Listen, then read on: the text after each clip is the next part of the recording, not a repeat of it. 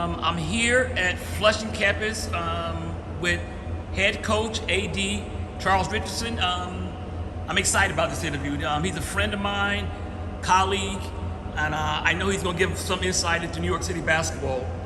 Coach, are you originally from New York City? Yeah, born in the Bronx. Then I moved to Queens when I was 10. Went to public school, Opus Martin. So yeah, I'm born and raised there.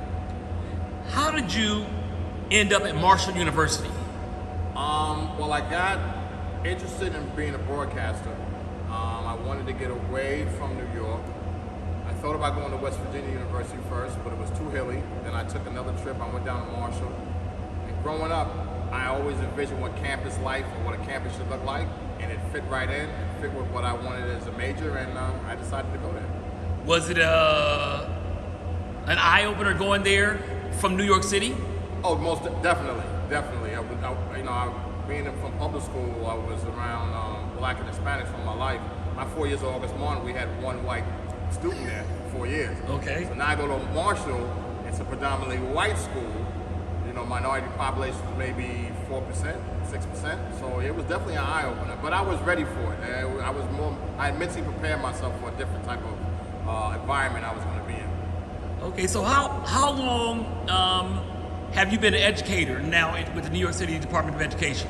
I'm about to start my 22nd year.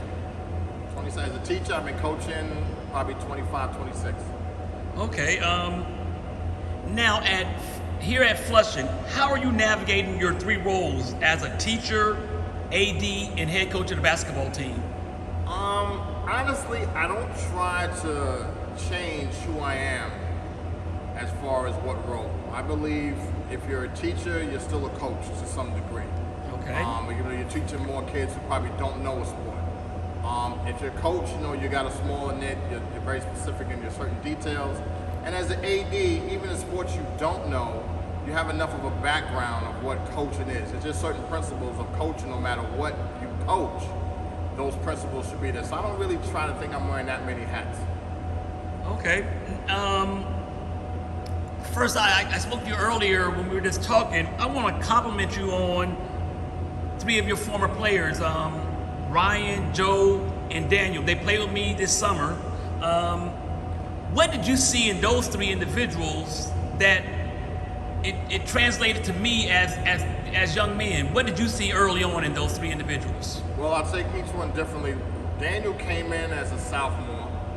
I just liked how he carried himself. He had certain potential on the perimeter, so I took him on varsity as a sophomore.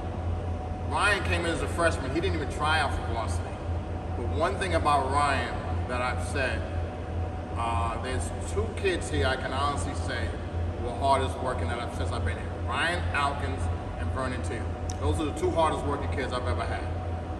Joe Soup came in probably about 5'7", 5'8". And then one day he walked through and he's looking at me eye to eye, and I was like, I know that face, but I don't know this kid, and it was him.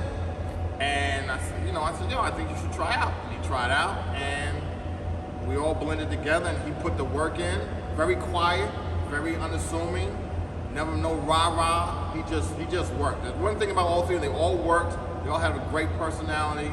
They're all very coachable, good kids, and that's a credit to their families because that's where that comes from. The character has to be there from what your parents give you in order for the coach to be able to pull that out of you and be a part of a team. Well, that is so true, but I think it's that old adage about it takes a village. Yes. And you are part of that village that really molded, helped, you supported what they had at home. So that's great. So I need to compliment you on that because they are great kids, and as adults they come to play. Very coachable, so it's a continuation. In your opinion, how do we put New York City public school athletics on the map nationally? I know that's a tricky question, but I think one thing that has to be stressed is outside of talent, because obviously if somebody wants you as talent, we have to prepare these kids better academically. there's too many times where a kid is good enough to play and he can't qualify to get it. And that's a problem. And that is on us.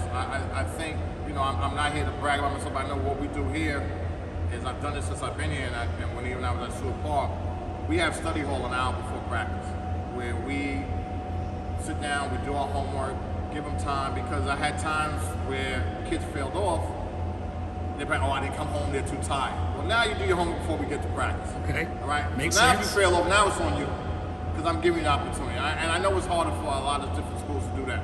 But we have to do a better job of stressing what our kids are doing academically and not saying 65s are good enough. Yeah, 65s are all right for you to play, but if you're looking to qualify and get somewhere else, you can't come in here with a 65 average. You have to put yourself and put the time in. Same time you're putting in to be a better player, you need to put that time in to be a better student. So I think that would help more. And I think the other part, as far as basketball-wise, I know these kids play a lot of games and people get to see them, but we got to work on their skill development. We have to work on it, whether it's watching film and put them in situations where, and then hoping to transfer to the game itself.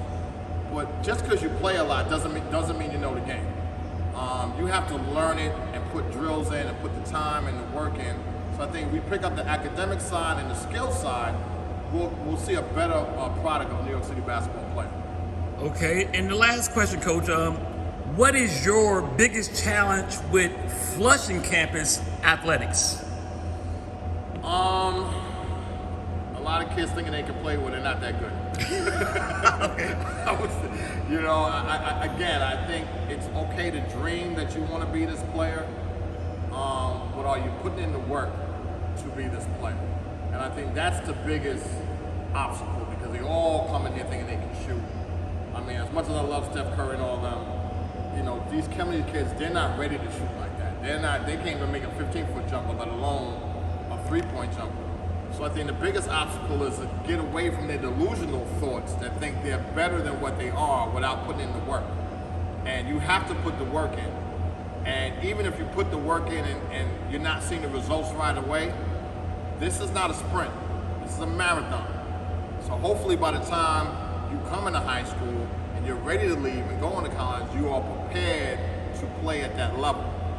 Not that you're going to be prepared to take over or whatever, but you're prepared to play at that level and then hopefully grow another step from once you get there.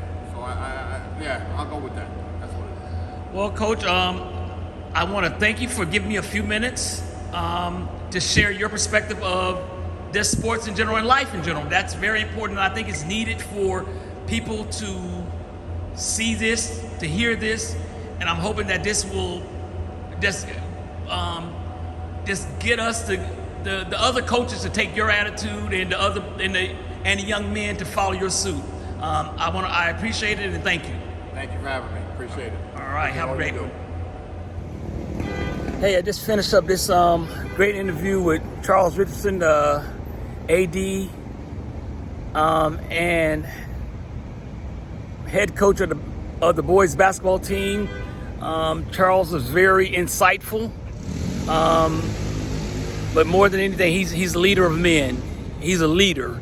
And that's what my audience needs to see. Strong men who are leading and doing positive things out here. And they're out here. We're out here. We're trying to do the best we can. But he's doing a great job of being an AD, head coach, educator. That's important, and I want you to see that. So for more content like you just saw,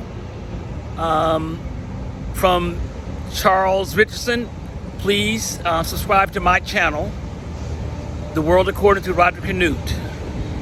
Look forward to doing this with the STSF report. I'm going to keep giving you this type of content. All right? Until the next time, until the next interview, I'm out.